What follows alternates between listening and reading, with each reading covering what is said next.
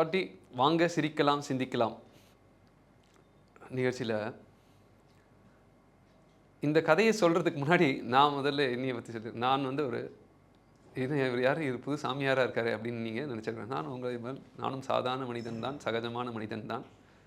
ஐயப்ப மாலை போட்டிருக்கிறதுனால இப்படி இருக்குது, சரிங்களா? அதுக்கப்புறம் அதனால சொல்லிடுறேன் இது, சரிங்களா? இந்த கதை என்ன கதை பார்க்க போகிறோம்னா, கடவுளுக்கே தொண்டனை அடையாளம் காணவில்லை அப்படின்றது தான் இந்த கதை. கடவுளுக்கே தெரியலையாம், தன் தொண்டனை கண்டுபிடிக்க முடியலையாம். என்னென்னா கதை எப்படி ஆரம்பிக்குதுன்னா, கடவுள் வந்து படைச்சிட்டாரு உலகத்தை. எப்படி இருக்குது படைப்புன்னு பார்க்குறாரு மேலேருந்து. படைச்சவன்லாம் பார்த்தா கீழே வந்து கடவுளை பற்றியே சிந்திக்கலை. அவன் பாட்டு அவன் எதோ பண்ணிக்கிட்டு இருக்கான்.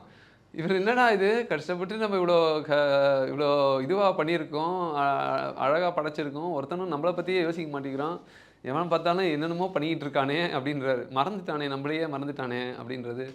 எப்படி இவங்களுக்கெல்லாம் நம்மளை பற்றி ஞாபகப்படுத்துறது அப்படின்னு யோசிக்கிறார். சரி, அவருக்கு ஒரு யோசனை வருது. சரி, நம்ம ஒரு மார்க்கெட்டிங் பண்ணுறதுக்கு ஒரு ஆளை கொண்டு வரணும், நம்மளை பற்றி எடுத்து சொல்கிறதுக்கு. ஒரு கொள்கை பரப்பு செயலாளரை நம்ம போடணும் அப்படின்னு யோசிக்கிறார். சரி, நம்ம கொள்கையெல்லாம் எடுத்து மக்களுக்கு சொல்லணும், மக்களுக்கு வந்து நம்மளை பற்றி எடுத்து உரைக்கணும். அவன் வந்து இஷ்டத்துக்கு இருக்கிறான், இஷ்டத்துக்கு ஏதோ பண்ணிக்கிட்டு இருக்கான் அப்படின்னு சொல்லிட்டு, சரி என்ன பண்ணலாம் அப்படியே யோசிச்சுட்டு அப்படி போகிறார். போகிற வழியில் பார்த்தா ஒருத்தன் தூங்கிட்டு இருக்கான். அவனை தட்டி எழுப்பி, நான் தான் கடவுள் வந்திருக்கேன் அப்புறம் அப்படியா அப்படின்னு சொல்லிட்டு அவர் வந்துட்டு, நான் உன்னையே தான் தேர்ந்தெடுத்திருக்கேன், நீ வந்து உலகத்துக்கு வந்து என்னை பற்றி நீ வந்து மக்களுக்கெல்லாம் சொல்லணும், என்னை பற்றி என்னுடைய கொள்கையை பற்றிலாம் சொல்லணும் அப்படின்னு சொல்கிறார். ஆண்டவா, இது எனக்கு நான் ரொம்ப சந்தோஷப்படுறேன் அப்படின்னு சொல்லிட்டு ரொம்ப உற்சாகமாக சொல்கிறாரு. ஆனால் அவருக்கு என்னென்னா, அவர் வந்து ஒரு நாடக நடிகர். அவர் வந்து என்ன பண்ணுறாருன்னா, அவர்கிட்ட பக்தி இருக்கிறதுனால தான் கடவுள் வர்றாரு. ஆனால் அவருக்கு என்ன இருக்குன்னா, சரி கடவுள் நம்மளை தேர்ந்தெடுத்துட்டாரு, நம்ம எப்படியும் உலக மக்களுக்கு போய் நம்ம முன்னாடி தெரிய போகிறோம், நம்மளை கொஞ்சம் அழகுபடுத்திப்போம் அப்படின்னு சொல்லிட்டு என்ன பண்ணுறாருன்னா, போகிறார். ஒரு துணி கடைக்கு போய் துணியெல்லாம் எடுக்கிறார். நல்லா ஒரு பிரம்மாண்டமாக சில்க் ஷர்ட்டை அதெல்லாம் போடுறாரு, பட்டு வேட்டி போடுறாரு, எடுத்துட்டாரு. சரி, அடுத்தது போகிறாரு. கொஞ்சம் இன்னொன்று வந்து பிளாஸ்டிக் ஃபேஸ் சரியில்லை, இன்னொன்று கண்ணாடி பார்த்தோன்னே கொஞ்சம் வந்து முகத்தை போய் இது பண்ணுறாரு, பிளாஸ்டிக் சர்ஜரி பண்ணுறாரு. சரி, அடுத்தது என்ன பண்ணலாம் அப்படின்னு பார்க்குறாரு. கொஞ்சம் போய் வயிறு ரொம்ப பெருசாக தொப்பையாக இருக்குது, அதையெல்லாம் போய் சர்ஜரி பண்ணி கம்மியாக பண்ணிட்டு வர்றாரு. அதுக்கப்புறம் முடியெல்லாம் அவருக்கு வழுக்கையாகிடுச்சு, அதுக்கு போய் அதை போய் சரி பண்ணிட்டு வர்றாரு. எல்லாத்தையும் அலங்காரம் பண்ணிவிட்டு வந்து வர வழியில் ஒரு பெரிய மழை அவர் வந்து அப்படியே வராரு. சரி, நம்ம எப்படியாவது மக்கள்கிட்ட போய் நம்மளை வந்து நம்மளையும் பிரபலம் பண்ணிக்கலாம், அப்படியே கடவுளையும் நம்ம பிரபலப்படுத்தி விடலாம் அப்படின்னு நினச்சிக்கிட்டு போகிறார். ஒரு இடி மின்னல் அடிக்குது, அதில் மின்னல் அடித்து செத்து போயிடுறாரு. அங்கே அடுத்த செகண்டே ஆள் காலி ஆயிடுறாரு. ஆண்டவா அப்படின்னே கத்திட்டு இறந்து போயிடுறாரு.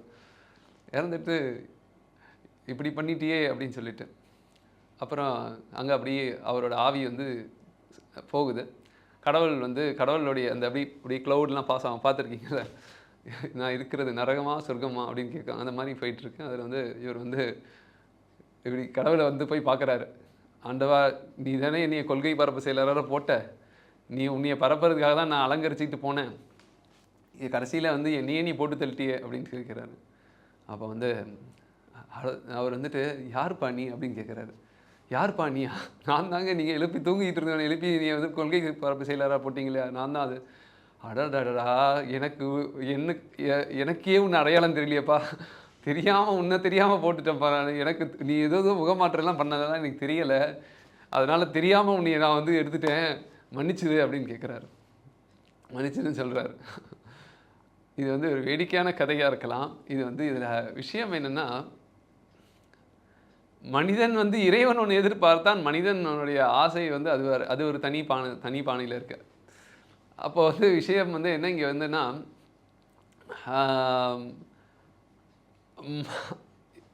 நாம் வந்து தூய்மையான மனதோடு இது வந்து பொருளாதார வாழ்க்கையில வந்து நீங்க வந்து எப்படி வேணா நீங்க எப்படி வேணா ஒரு நடிகர் வந்து எப்படி வேணா போடலாம். ஒரு ஒரு சிவன் மாரி வேஷம் போடுவாரு. அடுத்தது பார்த்தா ஒரு காதலியோட போய் டூயட் பாடிட்டு இருப்பாரு.